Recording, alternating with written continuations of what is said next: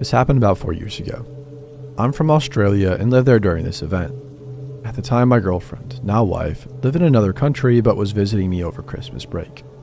I lived in a big city, which, if you drove about an hour in any direction, would either lead to another city or beautiful nature.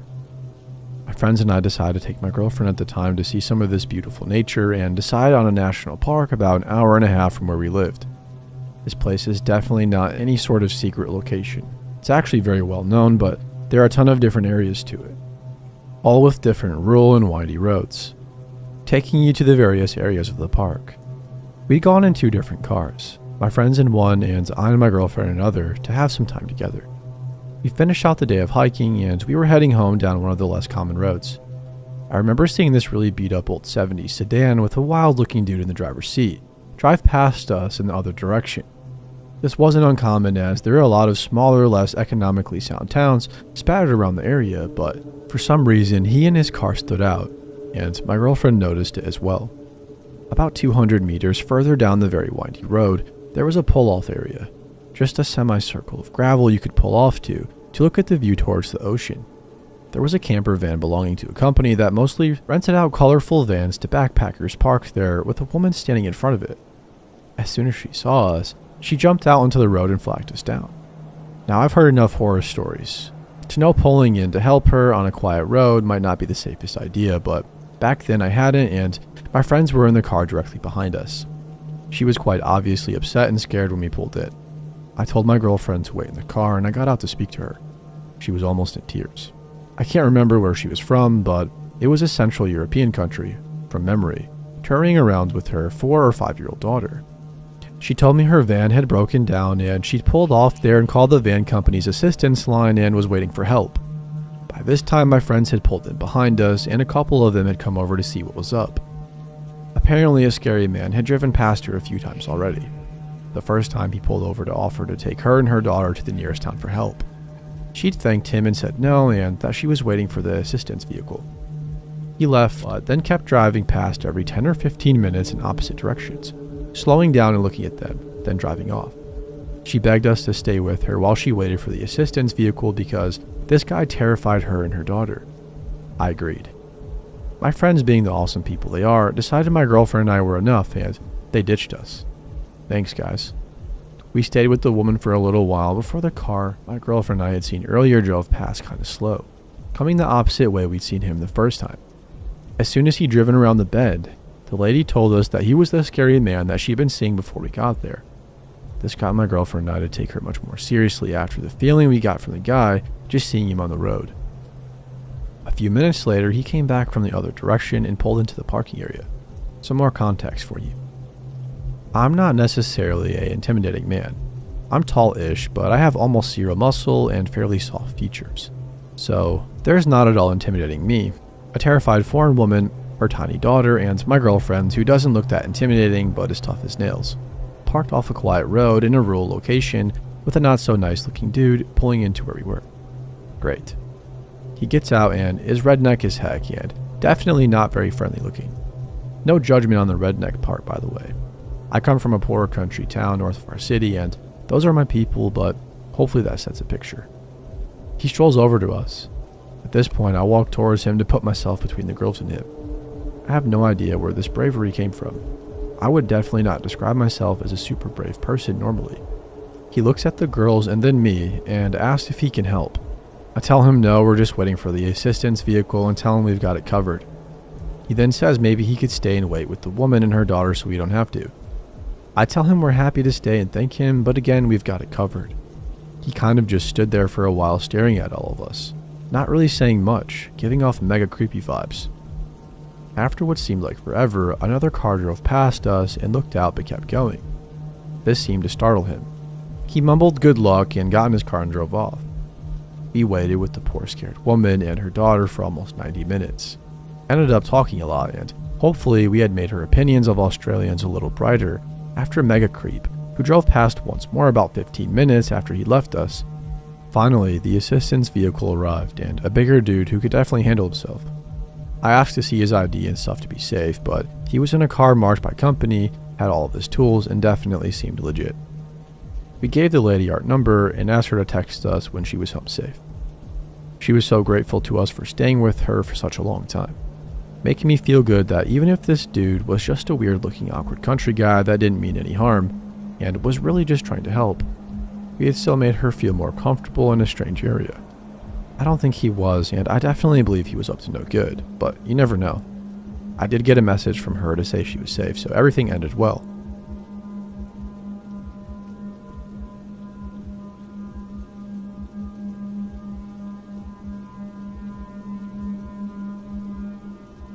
Little backstory before we get into things. I grew up in upstate New York, about 30 minutes north of Syracuse to be exact. It only made sense that I would return to my quiet little part of the world after I got out of the Marines in 2007. The only problem is that I didn't have much money. But the good news is that my grandfather had an old pull-behind camper that he told me I could have until I got on my feet. So, being on my own, I decided I would spend about a year in the pull-behind on a few acres of woods that I had bought from a friend while I was in the Marines. Taxes had been paid for the year, so the only thing I had to do was pay for gas and propane. I managed to avoid looking like a crazy mountain man by showering and washing my clothes at a local truck stop / diner, and even got a pretty decent job working security. I filled the rest of my time working odd jobs for extra cash. It was mid-April and I was sitting next to a nice low fire while listening to my battery-powered radio and watching nightfall in the woods. I had gotten a nice dinner at the diner down the road and I didn't have any work for the next few days. Generally, I didn't see anyone in the woods for weeks at a time, so I wasn't expecting it when I heard a scream break the silence. I shot up and grabbed my shotgun out of the small camper and checked the chamber to make sure it was loaded. I stood at the edge of the small clearing and strained my ears to listen for any new sounds. It's generally hard to pinpoint the direction of a noise out in the middle of the woods at night.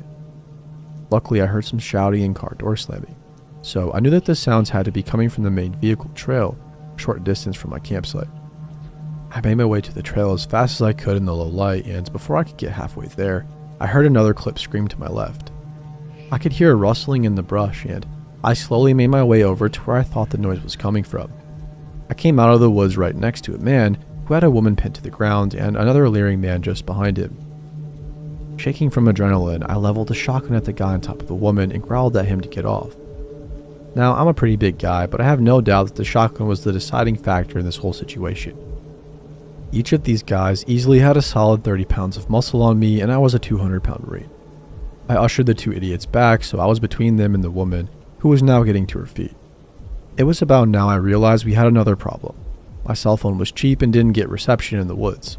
Hers had been broken by these two sickos. There wasn't much I could do other than march these two back to their shitty little lifted Jeep, under threat of shotgun. I got their license plate number, names I was sure were fake, and a description of them in their vehicle. Before the driver got in the vehicle, I lowered the shotgun to his crotch and made sure he understood what a 3-inch 12-gauge shell loaded with buckshot can do to a man's genitals. They took off in one direction, and I and the woman made our way back to my campsite. We drove to the DEC station as soon as possible and reported the entire incident. It turns out that the guy I hadn't threatened was the young woman's now ex-boyfriend. They had all been out having a few drinks when the third wheel in the situation got a little too handsy for her liking. When she said something to her boyfriend, he basically told her to stop being so stuck up and to put out for once. When she refused, the boyfriend took her phone and smashed it on the ground. They both then pushed her into the truck and drove her deeper into the woods. She had waited for them to become complacent before throwing the back door open, jumping out of the Jeep and taking off. Luckily, the Jeep was a pile of crap and the back door didn't lock. It was also a stroke of luck that I happened to be outside when she managed to escape. Fast forward about 7 months, and that woman I helped became my wife, and we moved into our first house using the money I had been living in the woods to save up. We've been married for 8 years now and have 2 kids as well, a 6-year-old boy and a 4-year-old girl. I still go out to the camper every year to hunt, and I haven't seen the Jeep or the creeps again. We heard through the grapevine that they had been arrested but somehow got off without any actual jail time. I'm assuming they moved either into the city or further away because we haven't seen them again.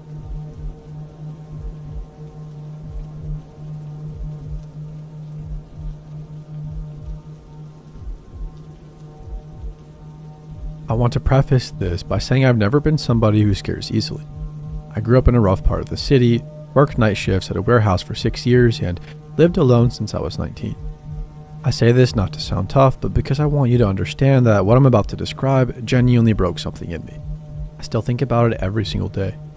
About 2 years ago, I relocated to a mid-sized coastal town for a relationship that ended up falling apart about 3 weeks after I arrived there. So there I was, fully moved in with no reason to be there anymore, but already locked into a year lease on the ground floor unit of a 2-story house that had been converted into 2 separate apartments. The upstairs unit was supposedly vacant. The landlord, a quiet older man named Reyes, who lived about 40 minutes away, confirmed as much when I signed. He said the previous tenant had left suddenly, stopped paying rent, and just never came back for their things. He'd had a cleaning crew go through it, and it was sitting empty. I settled in. The town was nice enough. Close to the water, not too loud. Decent number of restaurants. My unit was spacious for the price, which I really appreciated since I was now paying for it entirely on my own. The one thing I noticed early was the sounds. Old house, I told myself. Wood expands, pipes settle, you hear things. Every old building has its own vocabulary of creaks and groans that you eventually learn to tune out. Except some of these sounds weren't easy to tune out. The first time it happened, I was at my kitchen table around 10 at night eating dinner and reading something on my phone. I heard a very slow, deliberate dragging sound from upstairs. Like a long pause, then again. It moved from somewhere above the living room toward what I imagined was the center of the unit. I sat completely still. It stopped after maybe 4 or 5 repetitions and didn't come back. I sat there for another 10 minutes waiting. Then I went to bed and convinced myself it was either an animal on the walls or some trick of the building's old bones. But it came back the next night, and the night after that. Always after 9 o'clock. Always that same dragging, unhurried, like something heavy being pulled a few feet and then set down again. Never footsteps exactly, never voices. Just that low scraping drag. Once I'd heard it enough times, I started to notice it followed kind of a pattern. It moved in roughly the same direction each time, from the far end of the unit toward the center, over and over. I called Reyes after the 4th night. He was polite but pretty dismissive, said the building had a history of raccoons getting up under the eaves and that it was probably nothing. He'd send someone to check the exterior. I appreciated that, but that didn't feel like an animal. There was something too steady about it. The exterminator came by, found no signs of animals, and that was that. What I didn't tell Reyes, partly because I didn't want to sound unhinged, was that I had also started noticing the smell. It wasn't constant. It came in wet and waves and only in my bathroom, which shared a wall with whatever was directly above it in the upstairs unit. Musty, but also somehow sweet in a way that turned my stomach. I scrubbed the entire bathroom, bought a heavy air freshener. The smell would disappear for a day or two and then drift back. By the end of the 2nd week, I had almost completely normalized all of it. That's what people tend to do, right, I guess? You explain things away because the alternative, that something is actually wrong, is too disruptive to sit with. I had a job to get to every morning. I couldn't afford to spend every evening in a state of panic. Then I came home one evening to find my front door unlocked. I was certain I had locked it. I lock it every single time and double-check the handle even. I always have. I stood in the doorway and looked around the apartment for a long time before going inside. Nothing appeared disturbed. Nothing was missing. The windows were all latched. I went to bed unsettled, but without any real evidence that something was wrong. 3 nights later, I woke up at around 2 in the morning. Not from a sound. Just snapped awake the way you sometimes do when something pulls you out of sleep before you're ready. The apartment was completely dark and quiet. I lay there listening. Nothing. Then, from directly above me, that dragging sound. I sat up. It was louder than I remembered, or maybe it just seemed louder in the total quiet of that hour. It moved slowly, paused, moved again. I watched the ceiling like I could see through it, and then it stopped, directly above my bed. I didn't move for a long time. What finally got me up was the silence itself. It had a weight to it that felt wrong, like something was holding its breath. I got out of bed, went to the kitchen, and grabbed the longest knife I owned. I stood in the hallway with my back to the wall and just listened. Nothing. Not even that normal creaking of the house. I stayed like that for probably 20 minutes before I did something that I still don't fully understand why I did. I went outside. The exterior staircase that led to the upstairs unit ran along the side of the house. I had walked past it hundreds of times and never thought much about it. But standing at the bottom of it that night, looking up at the door to the unit above mine, I noticed there was a very faint line of light underneath it. So thin you'd only see it in total darkness.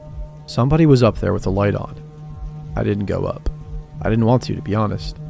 I stood there at the bottom of those stairs with a kitchen knife and I could not make myself go up. Instead, I went back inside, locked the door, moved a chair in front of it, and called the non-emergency police line. They sent a patrol car. 2 officers went up the exterior stairs and knocked on the door. No answer. They had no grounds to enter and told me the light I saw was probably just a street light reflecting off something. They were kind about it, but I could tell they really thought I was overreacting. After they left, there was no more sound, no more light. I went back to bed just before 4 in the morning and didn't sleep. I started paying more attention after that, looking for details I'd been glossing over, and I found them. There was a worn path in the gravel alongside the house near the base of the exterior staircase that hadn't been there when I moved in. More accurately, it had probably always been there, but I never looked closely. Shallow grooves, like something had been dragged across the gravel repeatedly, leading from the side yard toward the staircase. I also found, pushed to the back of the narrow shared storage closet near the building's breaker box, a sleeping bag, rolled up and stuffed behind an old water heater that no longer worked. It wasn't mine. I hadn't put it there. It was relatively clean. Called Reyes. This time I laid out every detail without softening anything. The sounds, the smell, the light under the door, the sleeping bag, and the path in the gravel. He was quiet for a long time. Then he told me he was going to come by personally the next morning and take a look at the upstairs unit. He called me that evening, before he even made the trip, to tell me he'd already sent someone to go up there. He said there was no sign anyone had been inside. The lock hadn't been tampered with, the windows were all sealed from the inside, and dust on the floor looked undisturbed. He seemed relieved, but I was not. That night, the dragging sound started again at 9:40 p.m. and didn't stop for almost an hour.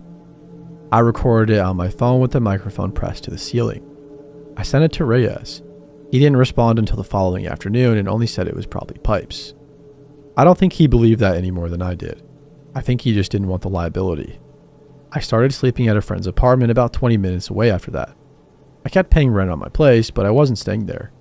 About a week into that arrangement, I drove by my building late one evening just to check on it with no real plan. I just felt like I should. There was a light on inside my apartment. I had not been there in exactly 6 days, and I had not left any lights on. I sat in my car across the street and watched the window for about 10 minutes. The light didn't move or flicker. Just steady like a lamp had been switched on. I called the police this time, the actual emergency line, and told them I believed somebody had broken into my apartment. They found the back window in my bedroom had been opened from the outside. A latch had been popped. Inside the apartment, nothing was visibly stolen or damaged, but on my kitchen table, where I had been eating dinner that first night, I had heard the dragging sound above me, and there was a photograph. A printed photograph. The one that comes from a home inkjet printer, slightly overexposed. It was a picture of me sleeping, taken through my bedroom window from outside at an angle that suggested whoever took it had been standing just below the sill. Based on what I was wearing in the photo, it had been taken within my first week of living there. I never went back to that apartment. I broke my lease, lost my deposit, and ate the cost. Reyes called me twice, and I didn't answer either time. The police investigation, as far as I know, didn't produce anything. Nobody was ever identified. The upstairs unit, as best as I can tell, is still listed as vacant on the rental site. I've never found out who was living above me, if that's even the right word for what they were doing. I've never found out how long they had been there before I moved in. I have no idea what was being dragged night after night in that slow and patient way, or where they went when the lights came on. What I know is that somebody was watching me from the moment I arrived. The photograph proved that, which means that every night I lay in bed listening to the ceiling and convincing myself it was raccoons or pipes, or an old building talking. They were right there, a few feet above me, quiet enough whenever they needed to be.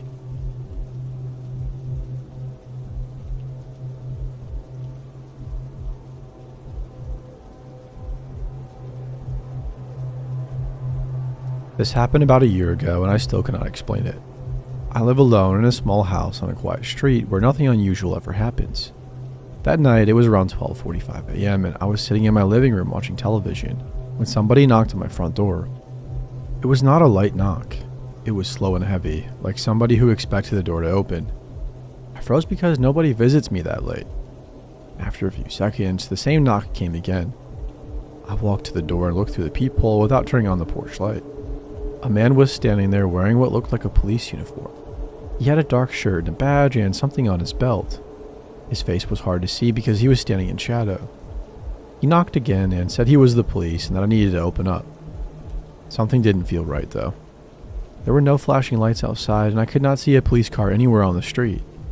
I stepped back quietly and grabbed my phone. My hands were shaking while I called a non-emergency police number to check if somebody had been sent to my address. The dispatcher asked for my location and he put me on hold for a moment. While I was still on the phone, the man knocked again, but this time it sounded harder and more impatient. The dispatcher came back on the line and told me there were no officers dispatched to my house and no units in my area at the time. My stomach dropped when I heard that. I stayed completely silent and didn't make any noise inside the house. A few seconds later, the knocking stopped. I slowly looked through the peephole again and the porch was empty. He was gone. I did not know where he went because the street was quiet and I did not hear footsteps or a car starting. A real patrol car finally arrived about 15 minutes later after I explained everything to the dispatcher. The officer checked around my house and the street but didn't find anyone. He told me that sometimes people pretend to be officers to get somebody to open the door. That thought still makes my skin crawl because if I had opened it, I would have been standing face to face with someone who was not police at all. I never open the door late at night anymore, no matter who says they are outside.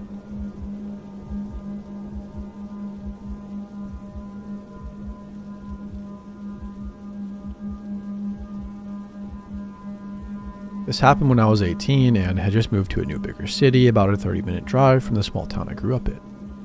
I moved into my first apartment in what I thought was a decent neighborhood and lived there without incident for 6 months, with my boyfriend at the time. Things began sour between us, and since my boyfriend had recently lost his job, it was decided I would be the one to take over the lease and he would move out. It was sticky and unpleasant, but after some time of him dragging his feet, I was finally free of him. I had a friend from work move in to help me with rent since it was a 2-bedroom and all was well for a while. One weekend during January, I had been going out late, and I went to see a musical in a nearby town, so I got home shortly after midnight, kicked off my shoes, and settled down with a bowl in front of the living room TV to unwind.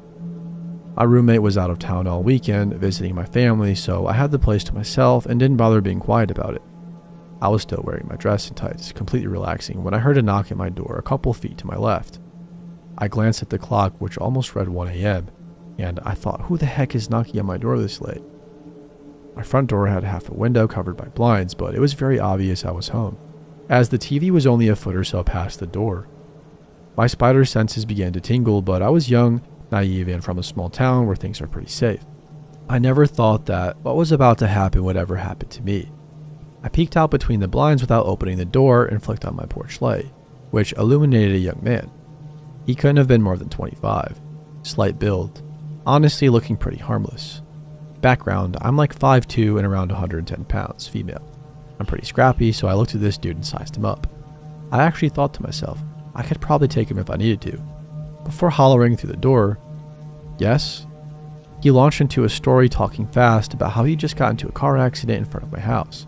His young daughter was hurt and his phone had been slung in the wreck. It was lost, and could he please use my phone to call an ambulance? My heart was immediately in my throat.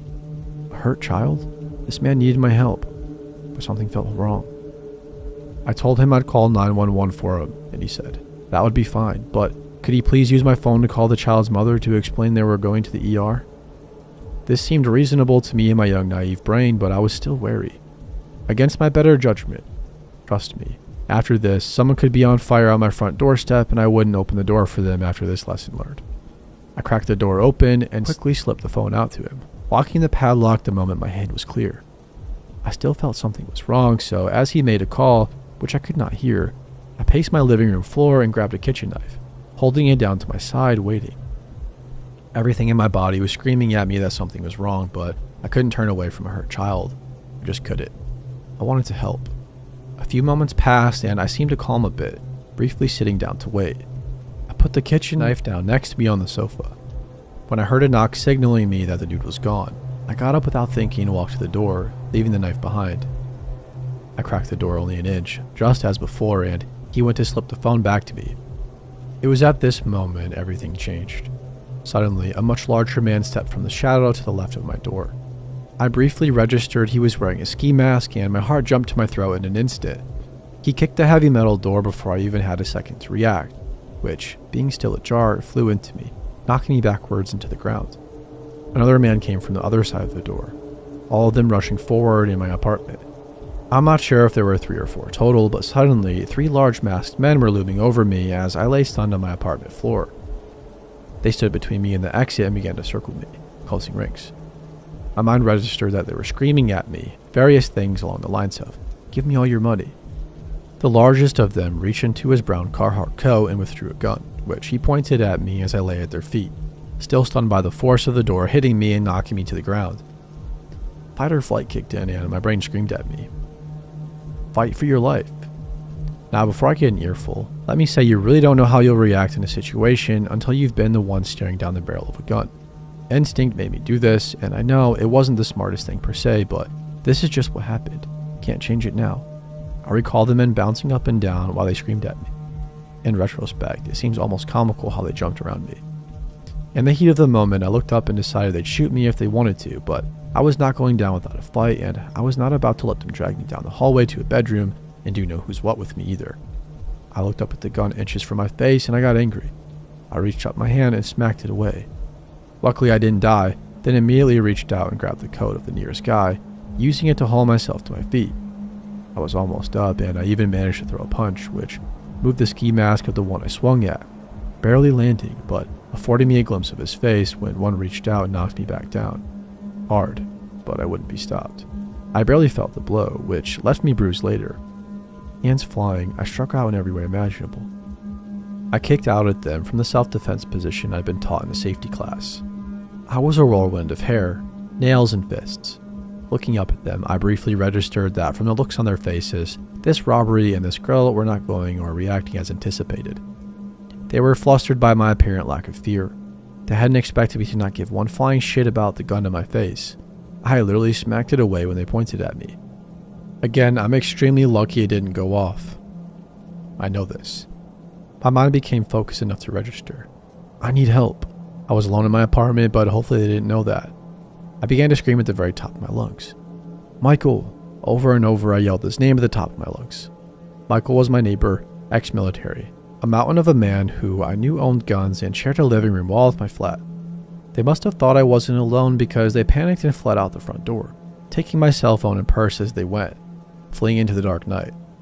I ran after them, barefoot in the snow, screaming, "Help! Help!" to no one but the night sky, adrenaline pumping through my veins like fire. Michael emerged at my side carrying a shotgun, dressed only in boots and boxers. I pointed to the tracks in the snow and bless him. He pursued them, coming back a moment later empty-handed. My phone was gone and I tried to call my parents from his, but nobody answered. Michael let me spend the rest of the night on his couch, since I was becoming quickly hysterical now that my adrenaline was ebbing. I called the police. They came and I made a report. News vultures quickly appeared outside my building, and I ended up being the top story on the news the next morning. Although I declined to be on TV, I just wanted to be done. Looking back, I was very lucky. I could have been shot, killed, raped, or whatever they wanted to do with me. Luckily, my insane response startled the shit out of them, and they ran. I'm more street smart now. Carry a taser and pepper spray everywhere I go, and never allow my sympathy for another person to endanger my own life.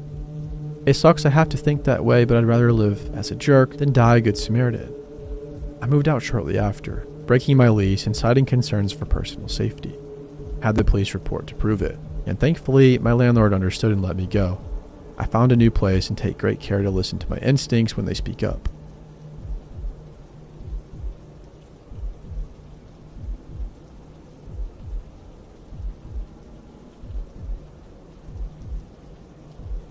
I live on a huge piece of property in the mountains.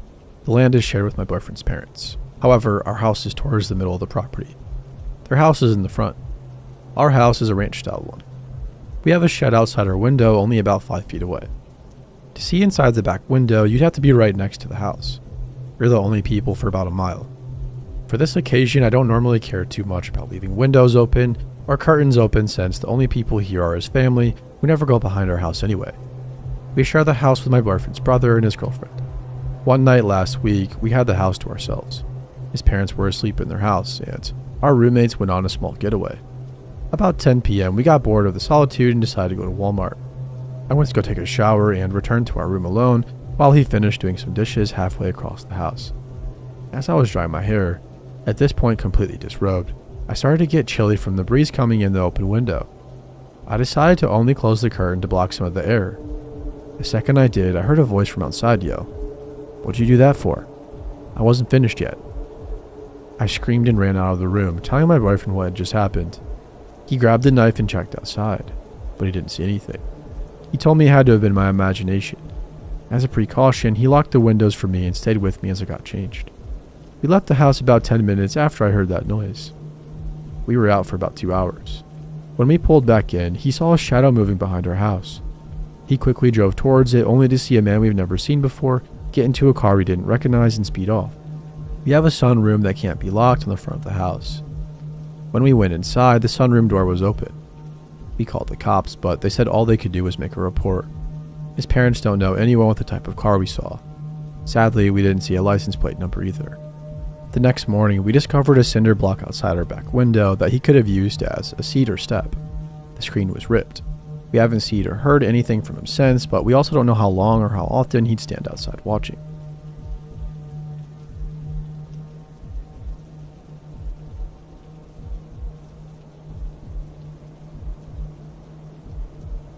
My friend Annie and I were about 22 and 23, and we were both at a uni in different cities at the time. When we were kids, her family and mine used to go on hiking/camping trips every year, and through high school and uni, Annie and I kept up the tradition. We did bits and pieces of the West Highland Way every year for a catch-up, took some climbing shoes, and hung out a bit in the wilderness. We usually do it at the start of summer, but this year we were both snowed under with work and exams and stuff, and couldn't get the time off. By the time we both had enough days to spare, it was mid-October.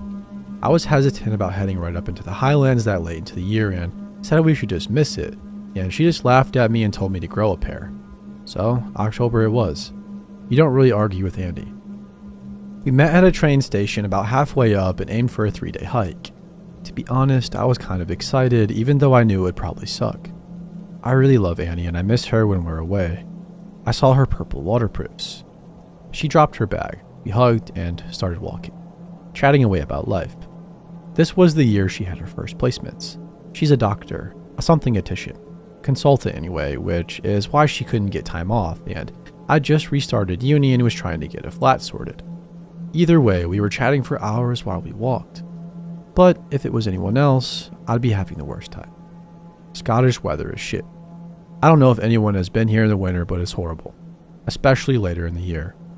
It gets dark by about 4 p.m. and it chucks it down all day every day, apart from the days where it's moody and overcast and crappy. Or snowing. We've got a Scots word for it. Dreek. Dark, shitty weather, can't see a thing. Everyone's miserable. It was absolutely pissing it down, and in the end we just gave up.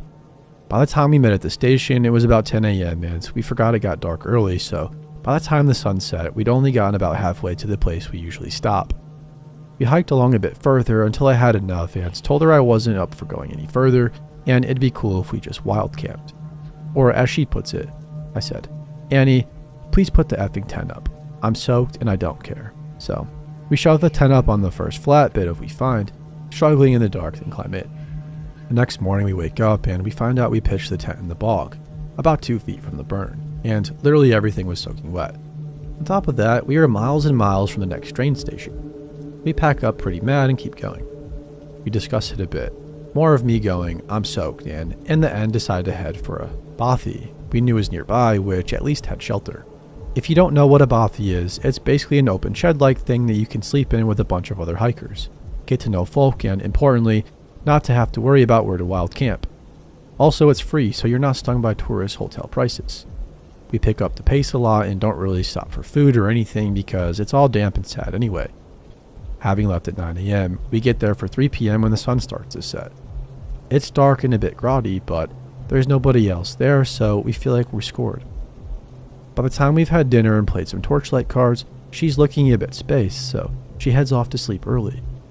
I'm knackered and damp, and so I'm glad to be somewhere dry. I just unpack my sleeping bag and do the same thing. Sometime in the middle of the night, I wake up to Annie having a seizure. It's not a big deal. This happens a lot, so I didn't need to call an ambulance or anything. I just jump out my sleeping bag and undo hers so she doesn't hurt herself. I sort of cushion her a bit with her fleece and keep an eye on her. She gets over the worst of it, and she's lying there quiet while I'm talking to her as she comes around. At this point, I glanced up and noticed that sometime after we'd gone to bed, somebody else had come into the bothy. There was a dark red bundle of sleeping bags in the corner and a rucksack, and Annie's fit had woken whoever was in there. The guy was coming over to us. He seems nice enough and genuinely worried about her. "You guys need any help?" he asks. I don't get a chance to look him over because I'm juggling making sure Annie's okay and making sure this guy doesn't call mountain rescue and make us look like tits. Nope, she's okay. Happens all the time. She's medicated and, things just happen. She'll be okay in a bit. "You sure?" he said. "Yeah, honestly, cheers for the help, but we can't really do anything." He comes closer and starts helping. Not in a way that immediately alerts me, but in an annoying way. Like he starts trying to put her in a recovery position, which I'd already done. And even though I told him 100 times, I've known her since I was 5 and I know what I'm doing, he didn't listen. He's breathing really heavily and smells a bit moldy. Eventually, I just tell him to please back off a bit and give her some space. Then he smiles at me, which was weird and creepy and in the half-dark sort of wrong because it didn't meet his eyes. This guy looks off as well. He's got his massive, huge beard like he lives out here in a weird accent. Sort of Scottish, but sort of something else as well. I thought he was maybe an oil rig worker or something. I've met a few in Aberdeen and he seemed to fit the bill. His eyes were really, really dark and his face was so pale he made me look tanned. Also, who the heck is still hiking in this weather this late? Who gets a bothy alone after 6 p.m.? He moves closer again to look at Annie, and then I tell him more firmly that I've got her and I don't need help. I feel like I'm being a bit mean, but I'm starting to get stressed out because I can't see properly and Annie's been out for ages. By now it's getting out to 15 or 20 minutes. It shouldn't take this long for her to come around. Like it's usually at least half this.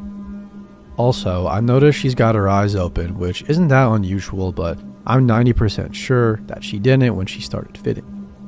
Then I notice she's looking at me. Not zoned out or anything, but actually looking at me. Takes me a few seconds, but I realize she is. "Lauren," she whispers, hardly moving her lips. She doesn't really blink either, but her eyes are looking right at mine. "Don't react." I don't know why, but I'm so scared I just do as I'm told. She said once she had this patient who used to talk about bollocks after a fit, like they were hallucinating.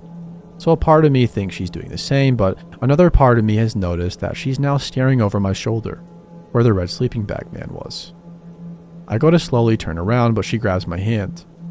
I'd put her in recovery position, but from where she's lying, she's able to sort of squeeze my hand without moving too much. So I freeze. Keep looking at her, then keep my voice at a normal volume. I don't know what else to do, so I keep talking to her, saying stuff like, "Annie, it's me. Can you hear me?" Then her eyes flicker back to me, and she whispers again. She's basically mouthing it. If I didn't know her looks, I would have struggled. "Lauren, ask him for help. Don't panic." Okay, weird. Really scared now. So I slowly let go of her hand and turn around, and that's when I see what she's been looking at. The red sleeping bag man had been sitting in a corner watching us, still smiling. Only now he's got something in his hand under his jacket. I thought he got climbing gear with him, but all I can see is rope and no harness or anything. And it's not climbing tape he's got. It's a massive roll of something darker. He's just staring at us, waiting. I don't know what else to do, so I move an inch or so away from her and look the guy right in his creepy eyes. "Hi, sorry mate, can you give me a hand? She's not waking up, I'm really scared." He doesn't move. I can feel my voice shake, not acting or anything. I'm genuinely crapping my pants. I remember before when he was helping me that he kept trying to touch her hair and things, so in a moment of blind panic, I asked if he could move her hair out of her face so I could check if she was breathing. I don't know why. I'm not as smart as she is, but I've seen too many crime thrillers and sort of assumed it'd be a psychology thing. Maybe he liked that she was vulnerable. Whatever, it worked. He gets up dead slowly and moves towards us. He puts his hand on her and starts really smiling. I can hear him breathing. It's really scaring the crap out of me, especially when he leans close and says, "You're going to be my favorite." Annie has her eyes closed now. I put my hand in hers and then I can feel it. She's squeezing. Not like a calm down, it's okay squeeze, but steady. 3, then 2, then 1. And at 1, she opens her eyes and swings for him at the same time I do. Punches him right in the throat, and from where I'm sitting, I can get him square in the groin. She decks him again, like a boss, because she's a Highlander, and I automatically grab his rope. He's not exactly going down without a fight, but between us, we've got hiking sticks, massive boots, elbows, and a lot of adrenaline. And in about a minute, we get him tied and taped up. We grab our stuff and get outside as fast as humanly possible, then do something I never thought I'd see Annie do in my life. Call mountain rescue. They come get us in about an hour, and when we get to town, we give a full statement to the police. making sure we don't get done for GBH. A few months later, we found out they let the weirdo go. He didn't actually do anything to us according to the police, and they didn't have enough evidence to tie him to any other sexual assaults, which is the worst part of all of this because I can't even imagine what would have happened if we didn't get as lucky. If Annie hadn't sussed him, he'd have attacked us in our sleep.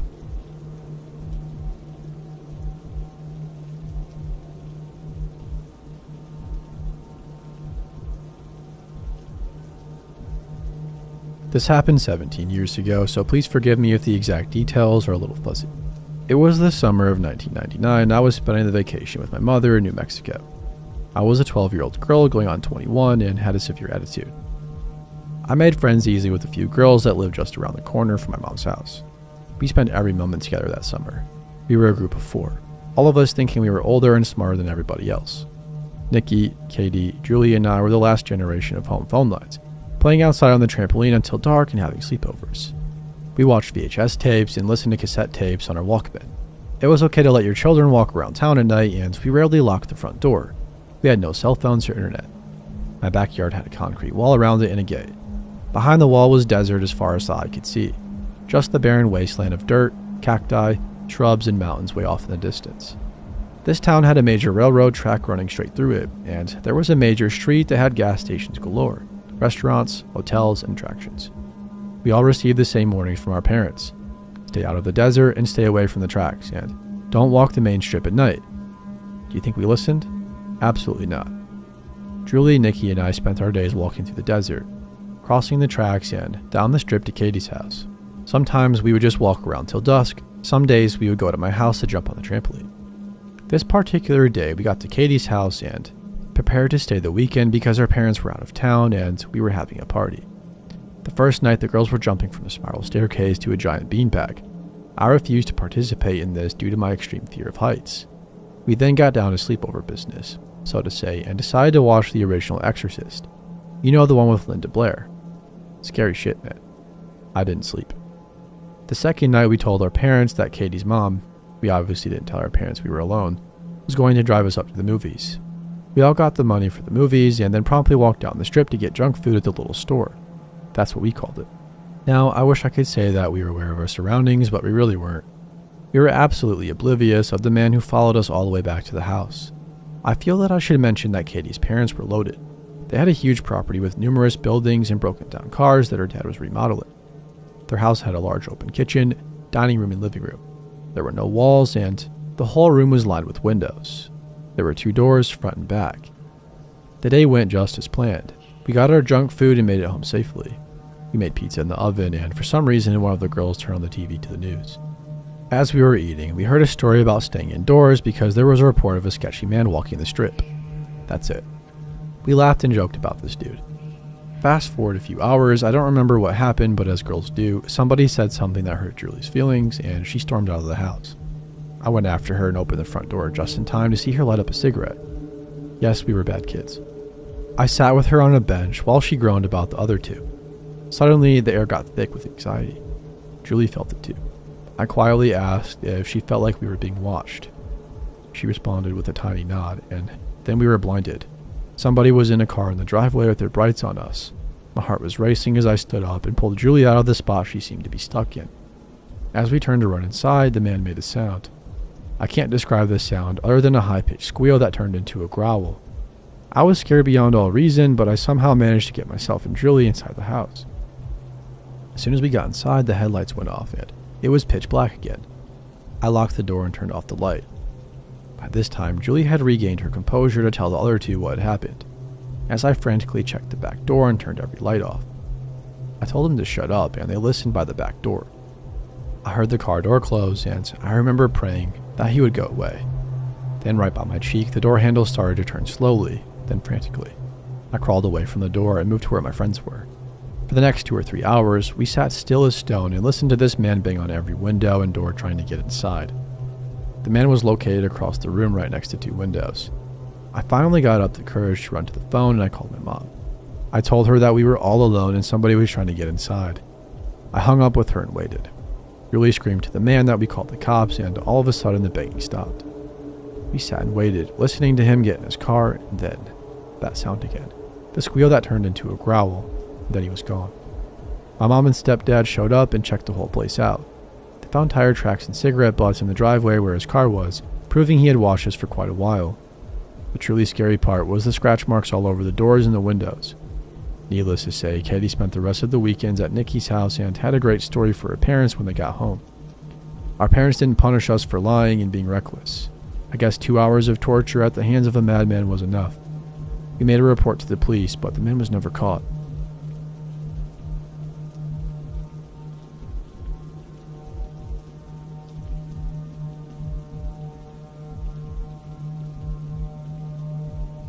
I just posted a photo on Instagram with this story as my caption, and my friend told me to immediately post it here. It happened to me and my girlfriend on a hike a couple of weeks ago in Washington. We shot this picture a couple of weeks ago just before one of the scariest nights of our lives. My girlfriend and I hiked a little over 3.5 miles down in the dark from this lookout completely alone. She had a bad feeling about it from the beginning, and she really didn't want to hike down after sunset. About halfway down, in a portion of the trail so dense with trees, the moonlight couldn't even find its way through, we saw a light up ahead on the trail. As soon as we shined our lights in their direction, they immediately turned their lights off. As we approached from about 50 yards away, we started getting a horrible feeling, knowing that somebody was on this trail in the dark. Once we were within about 15 feet of where the light came from, we couldn't find the person who shined it. Instead, we saw a lone camper backpacking, sitting upright on the ground, just to the side of the trail. Already on red alert at this point, we began scanning the trees with our lights and asking aloud where the person was, knowing there was someone hiding nearby. As we sidestepped slowly down the trail, we saw him. A tall but small-bodied man, hunched over with the backpack on his back. His small stature was hidden behind the size of his backpack, and he was perfectly still in the pitch-black darkness. When we shined our lights on him, just a few feet away and seconds from freaking out, I asked him, "How you doing, man?" hoping that he was normal. No response, or even a glance in our direction, but the guy looked really angry. As he remained perfectly still, my girlfriend shined her light on the ground next to him to reveal a massive axe. And before you ask, no, it wasn't even close to a climbing axe. It was over 3 feet long and looked as if he had taped a spike onto the opposite end of the blade. When he saw us looking at it, he glanced up at me and slowly picked it up, stood up from the ground, and began moving towards us. My girlfriend and I sprinted as fast as we could down the mountain, and for the next 30 minutes, we moved through the darkness in complete terror. We finally made it to our car, drove for about 45 minutes until we got service, and reported it to 911.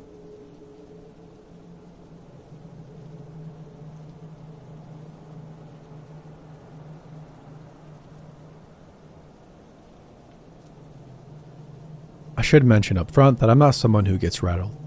My wife will tell you the same thing. I've always been the person in the house who checks the noise, who goes downstairs first, who tells everyone else it's fine and actually believes it. I don't say that to brag, it's just relevant context for why it took me so long to accept what was happening. This was about 4 years ago. My wife, Dana, had taken our 2 kids to visit our mother out of state for 8 days. Her mom had just had a minor surgery and needed some help around the house during recovery. I stayed home because I couldn't get the time off of work.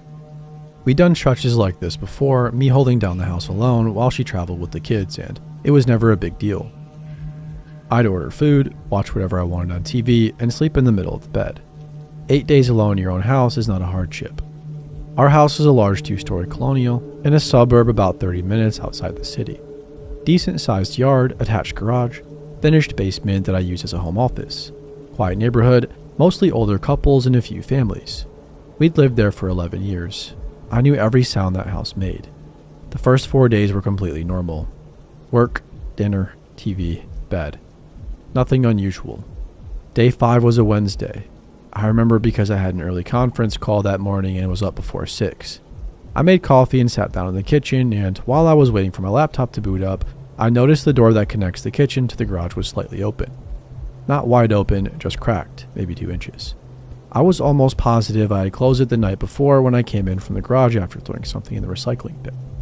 Almost positive, but not certain. I got up, closed it, made sure it latched, and went on with my morning. I mentioned it to Dana on the phone that night, more as small talk than actual concern. She reminded me I'd always been bad about checking that door. Said I left it open dozens of times over the years, and she was right. I let it go.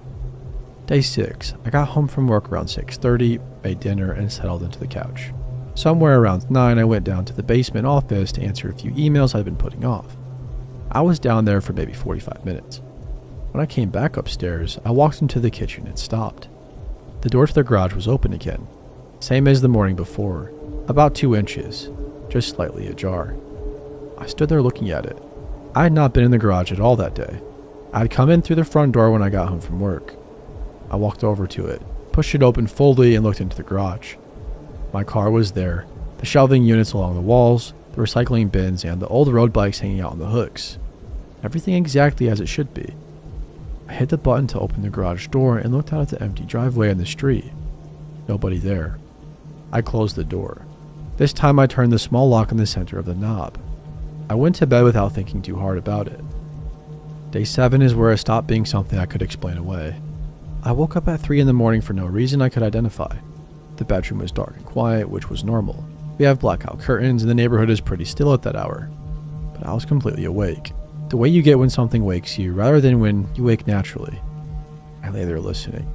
A few seconds passed, then I heard it. Breathing. Slow and even, coming from very close to the bed. My side of the bed. Not Dana's side. My side. I cannot fully explain what that does to a person. I've heard people describe time slowing down in moments of shock, and I always thought that was just a figure of speech, but it isn't. Everything in me went very still. I didn't move a muscle, didn't make a sound. I just lay there with my eyes open in the dark, listening to the slow, calm breathing that was definitely not mine. I don't know how long I lay there. It felt like a long time, was probably 30 or 40 seconds though. The breathing didn't change.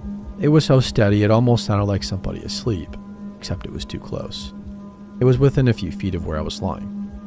I reached slowly to my nightstand and hit the lamp switch. Nothing was there. I mean, the room was empty. No one. The closet door was closed. I swept the whole room in about 4 seconds and I was alone. I sat on the edge of the bed for a moment.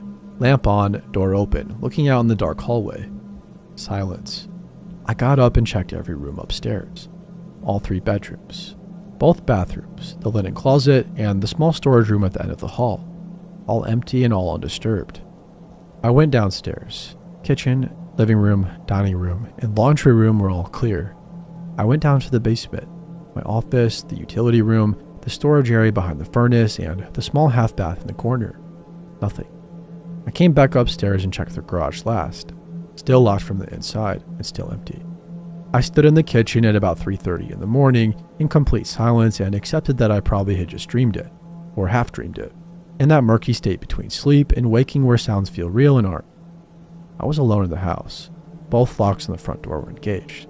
The garage door had been locked from the inside by me the night before. Every window I checked was latched. I went back to bed, left the lamp on. Felt mildly embarrassed about that, even with no one there to see it. I didn't sleep much. I kept the lamp on and lay there staring at the ceiling until I could see daylight coming around the edges of the curtains. Then I showered, made coffee, and got ready for work. While I was in the kitchen, I went to the garage door and checked the lock. Still locked. I grabbed my bag, went to the front door, and put on my shoe. As I was standing up, I glanced down the hallway toward the back of the house and noticed something on the floor in front of the basement door. Small and dark. It looked like debris of some kind. I walked over to it. 3 sunflower seed shells, sitting in a small cluster directly in front of the basement door, like somebody had been standing there eating them and let the shells drop. I stood there staring at them for probably a full minute. I'm confident those were not there the night before. I had walked that exact hallway multiple times, including when I was going through the house at 3 in the morning. I was not eating sunflower seeds and had not bought any.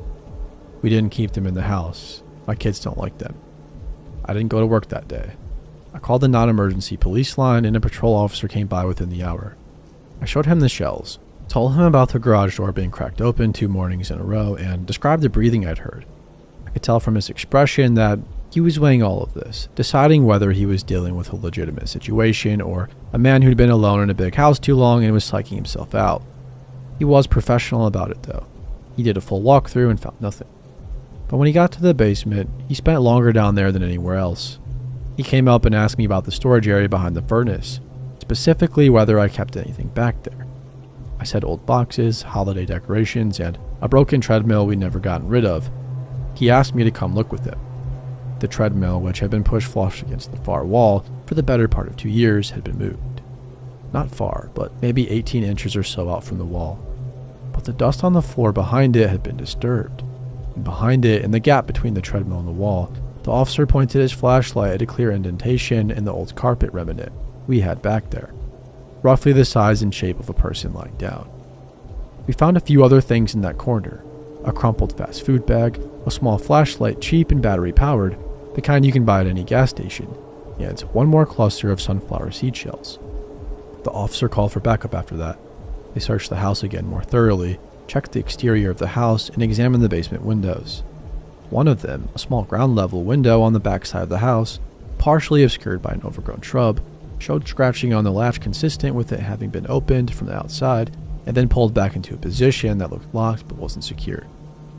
Somebody had been coming in and going through that window, getting in, sleeping, or waiting behind the treadmill and leaving. Based on what the officer said, and what I pieced together afterward, they believed whoever it was had been doing this for at least several days, possibly starting before I was even alone in the house. The thought that hit me the hardest and still hits me now, whenever I let myself think about it, was this: whoever it was had been calm enough, patient enough, and familiar enough with my routines to stay completely invisible for days. They knew when I went to bed, they knew when I left for work.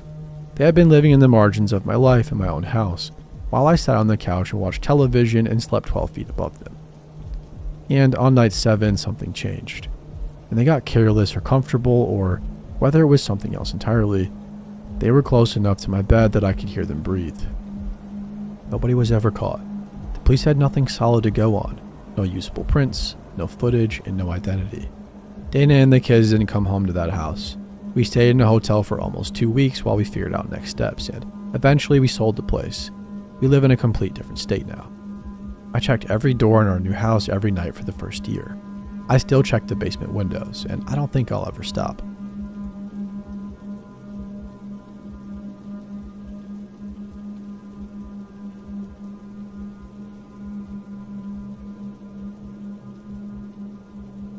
This just went down like an hour ago. So I guess I found out why people don't pick up hitchhikers now. As I was driving from Texas to Cali, around an hour after I started my drive, I saw this guy with his dog on Route 66 in the middle of nowhere, at least 3 miles away from even the nearest gas station. It's cold and I wasn't in a rush, so I decided to ask him if he wanted to ride. It turns out he was trying to go to a city in Arizona that was only 20 miles off my route, so I offered to let them join the trip. He was chill and seemed normal and looked like he cared for his dog.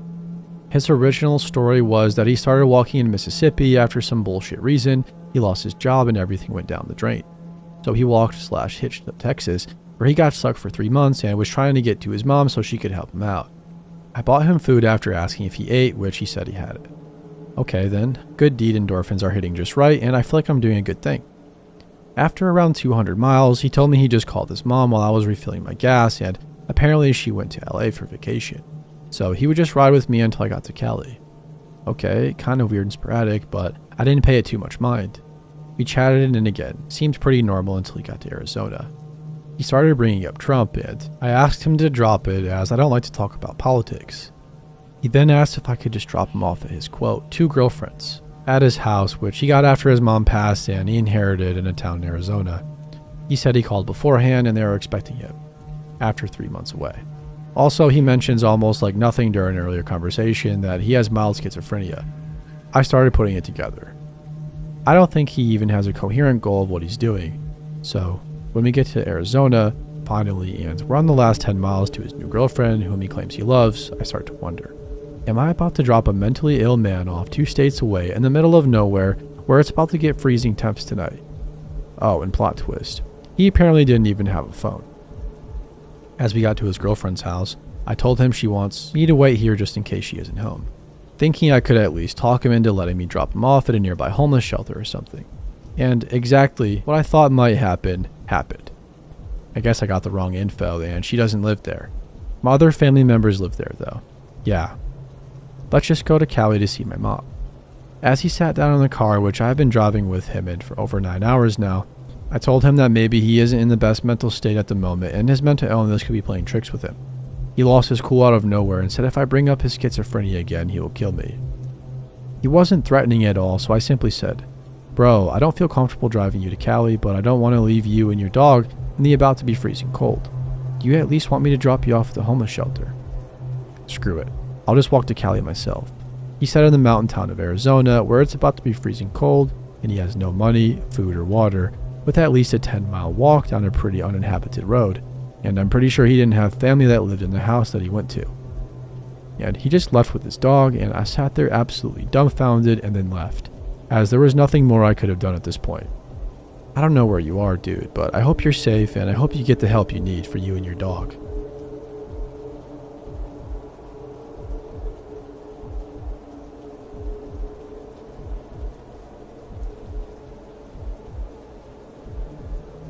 This happened earlier this week and it still freaks me out.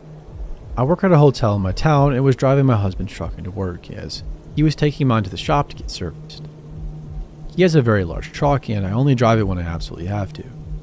When I pull into the side parking lot, I notice the entire lot is covered in snow and no one can see the lines for the spots. So I begin looking like a moron and try to park in what I hope is a spot, backing up and moving forward several times. When I finally park, I get out of the truck and grab my backpack when I hear somebody yelling from the sidewalk from behind the parking lot. Hey, you need to learn how to frickin' park. I'm embarrassed, but just close the truck, lock it, and begin walking to the front of the building. Now, the hotel has a side entrance for employees, but it takes a code, and I have a horrible memory, so I just walk to the front and go through the main entrance. I hear the guy yelling again. Hey, did you hear me? I walk faster and take a peek behind me. The guy is following me. I keep walking, but call back. Please just leave me alone. I need to get to work, I said. Before I can reach the corner of the building and make my way to the entrance, the guy grabs my arm and spins me around. I'll never forget what this guy looked like for as long as I live. He wore dark clothes with a torn up winter coat. His eyes were bloodshot and he smelled like a combination of cigarettes and whiskey. I guessed that he must have been drunk, but he didn't slur at all when speaking. You're coming with me, he said. The guy began dragging me back to the truck and I tried to pull my arm away from him. Let go of me. Give me the keys. We're taking a drive. I began yelling for help and his grip on my arm got tighter. I'm a 26-year-old woman, not skinny, but a lot smaller than this guy. He was dragging me easily and the snow on the ground just made my feet slide along the ground. Somebody help me, please, I'm screaming. No one was near us and I kept fighting to get away from this guy. I hoped that there would be guests that could possibly hear me, but it was our slow season, so most likely there is nobody in the rooms on that side of the building. The guy turns back to glare at me. Shut up and give me the keys. Now, I was carrying my backpack on one shoulder as it was big and bulky for my uniform and shoes. I quickly slipped the strap down my arm, grabbed it, and swung it right into his face. The guy let go of me and I just ran for my life to the front doors. I heard the guy screaming but ignored him. I was way too scared to look back at him. I ran inside and all the way to the employee locker rooms. When I finally calmed down enough, I went to the front desk to talk to the security. Sadly, there were no cameras on that side of the building, so nothing was recorded. They called the cops and I made a report. The cops informed the general manager of the hotel that they needed to seriously consider security cameras on that side of the building. As drunks and druggies were known to be in this area, there was a bar just a couple of streets down as well. They got the description of the guy and said they would keep an eye out for him. The manager apologized like crazy about the incident, but I told him it wasn't his fault. He's a really good guy. I did ask the security guard to follow me out so I could check on the truck. Thankfully, it was fine. The security guard promised to make more rounds outside, especially that early in the morning. I'm getting pepper spray and maybe a knife after work today.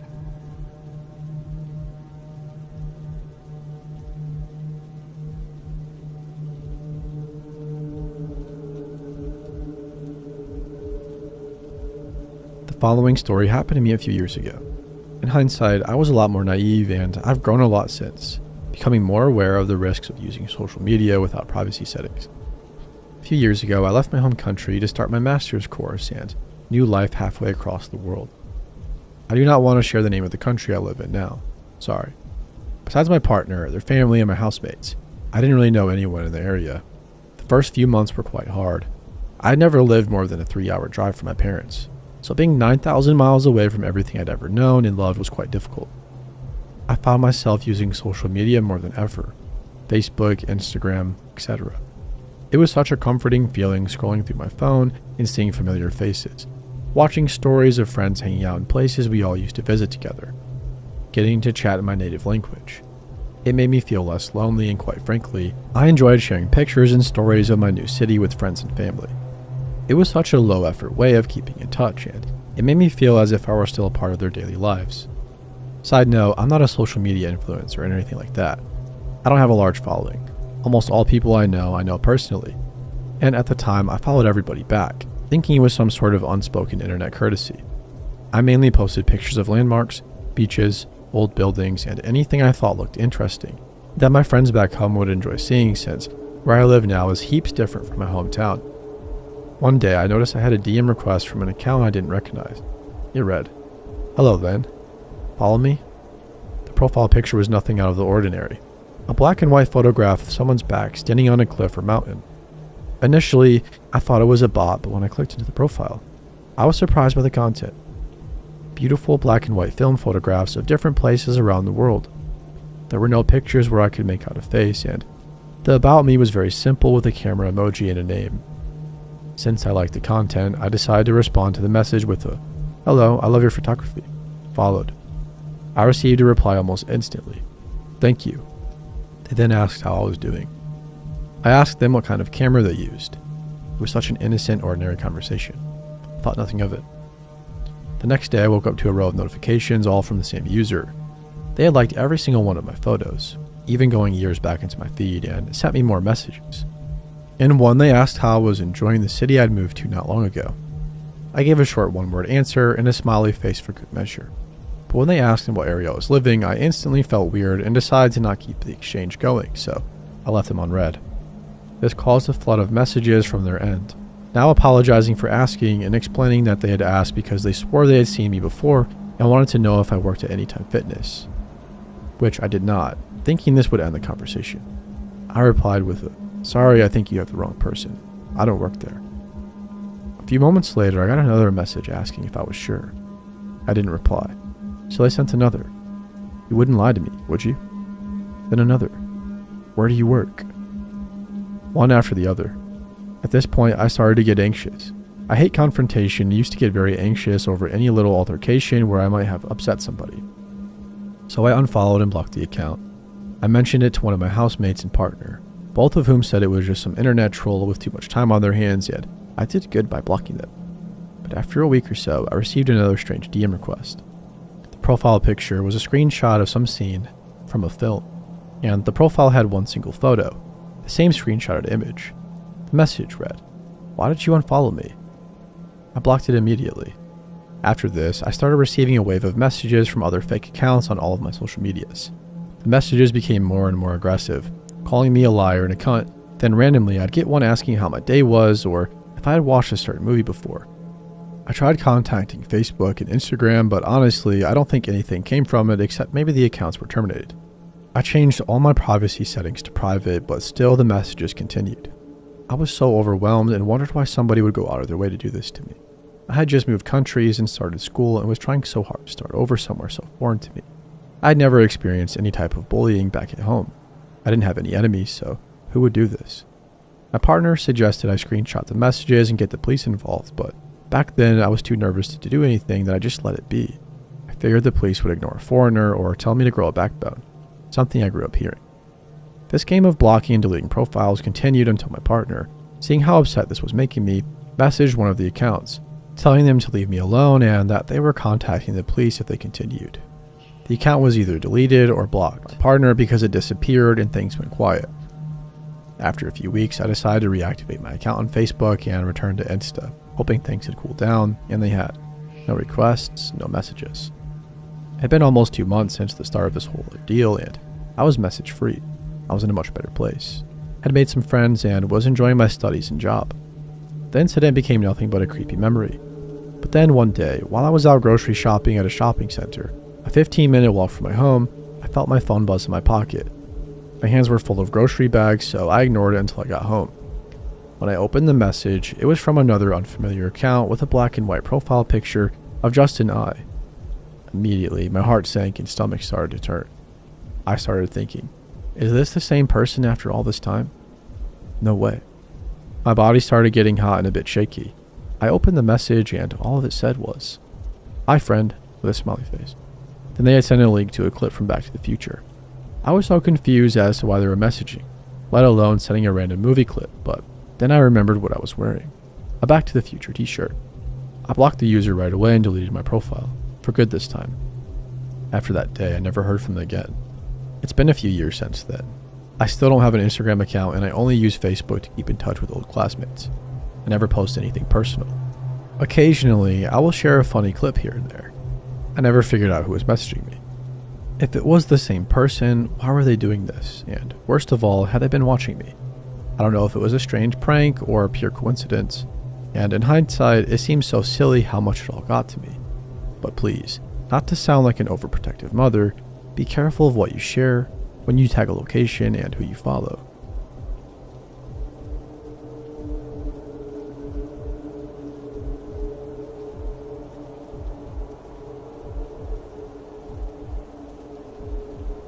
I am a 33-year-old female from Los Angeles. 3 years ago, my boyfriend and I, as planned for 5 years, turned 30, sold everything we owned, including my car, took his Trailblazer, and decided to just travel around the States and Canada. I guess you could call us backpackers, as we tend to chase good weather, find a state park, and hike into the wilderness for days at a time. My brother likes to joke that we are the anti-establishment hippies. We don't necessarily live off-grid, but between the two of us, we have one prepaid phone we use for emergencies or checking in with family and friends, and one MacBook which I use for work. I'm a freelance writer/content creator, and I am on retainer with a robotics company. I mostly write boring papers or web content. The whole point of our living situation is to live debt-free and have as few bills as possible. I only use free Wi-Fi, so 1 to 2 times a week, we have to go to a city with a Starbucks. This background info is only important so you know more about who we are and how simply we live. Neither of us are really involved in any social media and knows very little of Reddit or Instagram or uses any apps at all really, because our phone isn't a smartphone. We don't even text. Last summer, we decided to do some backcountry hiking in Arkansas. It's one of those states you don't ever really hear about others hiking, but we read that it had some beautiful natural landscape, and it definitely does. The rules of this particular park were pretty lax. We didn't need a permit, and there were a few basic laws/guidelines, but there was no check-in needed. We had all the basics and had planned to do a 6-day hike, 3 in, 3 out. The whole time we were out there, we didn't see or hear another soul, but on day 1, we were prepping to move off trail and find a camping spot as it was getting near dusk. Half a mile off trail is usually the standard for us. We took what looked like kind of an animal trail, and about half a mile out, we saw a green 2-person tent.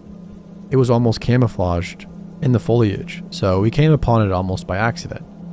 Some backpackers prefer privacy, others are more social. We're the more social type.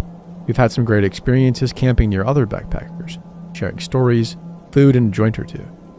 We were around 30 yards away from the tent. It was zipped closed, so my boyfriend shouted a greeting to make our presence known. No movement and no sound.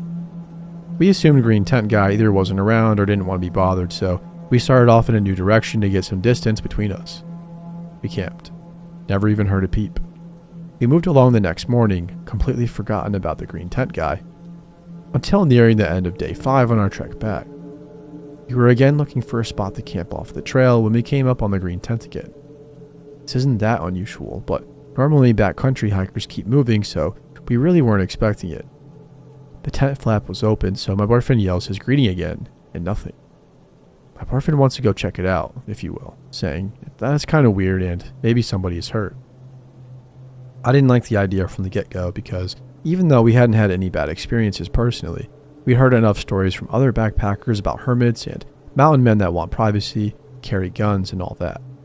But my boyfriend assured me that we'd be fine, and if all else failed, we'd offer him some weed to keep the peace and go on our way. As soon as we get within 20 yards of the place, the smell of decomposition is intense. My boyfriend has now been hailing his greeting over the last 20 yards, and once the smell hits him, he stops and turns to me and says, "What if we find a dead body?" My skin crawled. I was immediately afraid of this. I've never seen a dead body before and I didn't really want to. The closer we got to the tent, the worse the smell got. I knew for sure we were going to walk in and see some old camper's rotting corpse. What we found was actually worse than that. Outside the tent were a dead doe's legs, all 4 of them covered in flies. It looked like the legs had been cut most of the way off and then ripped the rest of the way. It was a mess. Inside was the body and head of the deer, but the middle portion was swaddled in a blue fleece blanket that was blood-soaked at the bottom where the legs used to be. It was lying on its side, bottom facing the tent entry. The tail had been cut off, and the anus and vagina area was covered in dried blood and a gape, like something had been penetrating it. Same with its mouth. The bottom portion was bent down at a scary broken-looking angle. The tent was open so we could see everything without having to go inside. Not that we would have anyway, because at this point the smell was almost debilitating. There was a dirty, almost empty clear bottle of Jergens baby oil and a stained green and white fringed kitchen towel. That was it. I immediately started crying and begged him to go. All he could muster was, "What the heck?" And we turned and ran. We ran to the trail and jogged down it for as far as we could go until dusk was fully on us and we had to set up camp. We didn't go very far off the trail and neither of us slept. We didn't start a fire or use headlamps after full dark. We just sat up whispering to each other, going over and over what we had just seen. Every little noise startled us. It was like our brains were on red alert. I kept thinking any moment a dead deer rapist would come back to this tent, see our footprints or something, know we were there, and track us back to our tent. I've never been so scared in my entire life. Just before dawn, we tore down and started out. My boyfriend stopped at the ranger station on our way out of the park to report what we had seen. The ranger was a young guy around our age, and he looked as freaked out by our story as we were telling it. He wrote most of it down, and my boyfriend showed him on a map approximately where it had been. He asked if we knew how the deer was killed, and at that point we hadn't even thought about it. We just assumed it had been shot, but because of the blanket, we didn't see a wound. But we weren't exactly giving it an autopsy either. We have since shortened our backcountry hikes to a maximum of 4 days. We've also been a lot less eager to call out to other campsites, and I've never approached another unmanned tent again.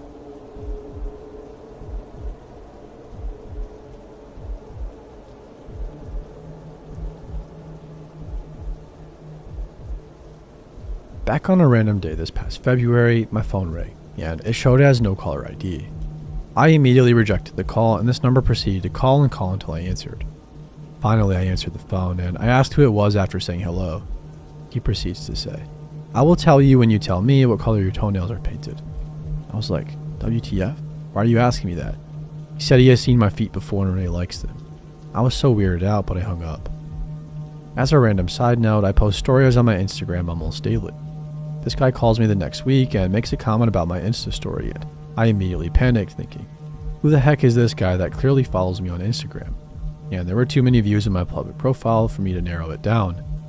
These calls proceeded to happen at least once a week, and I would answer them at my leisure because at first I thought it was funny. For what reason, I couldn't tell you. We have now reached March, and I answer his no caller ID call for now, knowing it to be the last time. I ask him how he knows me since I still know no info about him. He would always say I'm the most beautiful girl he's ever seen and that he loves me. He said he doesn't really know me and we don't have any mutual friends. I was so freaked out I hung up and never answered again, even though he called me at least 3 times a month, until this past October.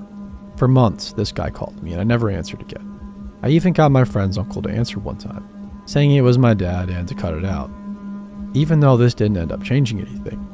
One day I was home and posted an Insta story, and not even a minute later, I got a call from no caller ID. I immediately look at my Insta story views and I know every person except for one guy. This one person happens to be a guy that I interviewed to be hired at my current job. I was like, are you kidding me? How did he even get my number? It makes so much sense. We interviewed him in February and not even 2 days later the call started. I went in and told work this dude had been harassing me for months and asking me about my feet and so on.